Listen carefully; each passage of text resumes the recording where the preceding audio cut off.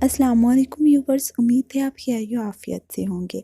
आज जो रेसिपी मैं आपके साथ शेयर करने जा रही हूँ वो है आइसिंग शुगर की। तो रेसिपी को स्टार्ट करते हैं। बिस्मिल्लाहिर्रहमानिर्रहीम। आइसिंग शुगर बनाने के लिए सबसे पहले हम लोग ले लेंगे एक ब्लेंडर, जिसमें ऐड करेंगे 2 कप शुगर। यहाँ पर मैं 2 कप शुगर से आइसिंग शुगर बनाना आपको सिखाऊंगी। अगर आपको ज़्यादा क्वांटिटी में आइसिंग शुगर चाहिए तो आप ज़्यादा क्वांटिटी में ब्लेंडर में डालकर इसे ब्लेंड कर लें। 2 कप शुगर डालने के बाद अब हम इसे बंद कर देंगे। इसे बंद करने के बाद अब हम इसे ब्लेंड करेंगे तकरीबन 5 मिनट के लिए। आइसिंग शुगर ज़्यादातर हम लोग बेकिंग में यूज़ करते हैं, केक्स को बेक करने के लिए, बिस्किट्स बनाने के लिए और भी बहुत सारे डोस वगैरह बनाने के लिए हम लोग इसे यूज़ करते हैं। तो बाज़ार से ख़रीदने की बजाय हम इसे इजीली घर पर बना सकते हैं और बहुत कम वक्त में भी बन जाती है और बिल्कुल वैसी ही बनती है जिस तरह बाज़ार की हो। अब हमने इसे अच्छे से ब्लेंड कर लिया है। ब्लेंड करने के बाद इस तरह पाउडर फॉर्म में बन गई है। आइसिंग शुगर अभी रेडी नहीं हुई। सबसे इम्पोर्टेंट स्टेप इसका रहता है, वो है इसे स्टेन करना यानी कि छानना। अब हम लोग एक स्टेनर और नीचे बाउल रख देंगे और इसे स्टेन कर लेंगे।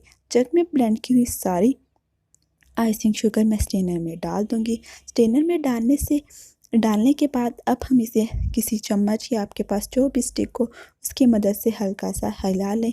आप इस तरह स्टेन करना चाहे तो इस तरह कर लें, वरना आप सिंपली हाथ की मदद से भी छान सकती हैं यानी कि स्टेन कर सकती हैं।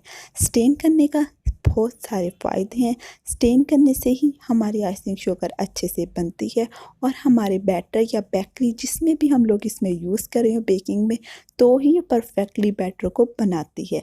स्टेन करने से जो भी शुगर में क्रैक्स होते हैं, यानी कि जब ये ब्लेंड हो रही होती है तो वो मुकम्मल तौर पे पाउडर नहीं बनती, इस तरह के इसमें कुछ क्रैक्स रह जाते हैं जो कि स्टेन करने से निकल जाते हैं और हमारी परफेक्टली आइसिंग शुगर बाद में बन जाती है।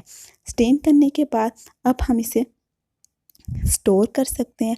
आप जब स्टेन कर रहे हो तो इस तरह साइडों पे गिर भी सकती है, तो आप इसे बाद में साफ़ कर लें। स्टेन हो चुकी है हमारी आइसिंग शुगर, बिल्कुल स्मूथली परफेक्टली ये पाउडर बन गई है। अब आप इसे किसी भी बेकिंग में यूज़ कर लें, बिस्किट्स को बनाने के लिए, केक्स को बनाने के लिए। आप इसे ज़्यादा देर तक स्टोर नहीं करें, 1 हफ़्ते तक इसे स्टोर कर लें, क्योंकि अगर हम ज़्यादा देर तक इसे स्टोर करेंगे तो इसकी गुठलियाँ भी बन जाएंगी। तो आप इस रेसिपी को बनाइए, बेकिंग में यूज़ कीजिएगा और इस वीडियो को लाइक कीजिए, शेयर कीजिए और मेरे चैनल को सब्सक्राइब कीजिए। मिलते हैं अपनी नेक्स्ट वीडियो में, फिर वक्त के लिए फ़ी अमान अल्लाह।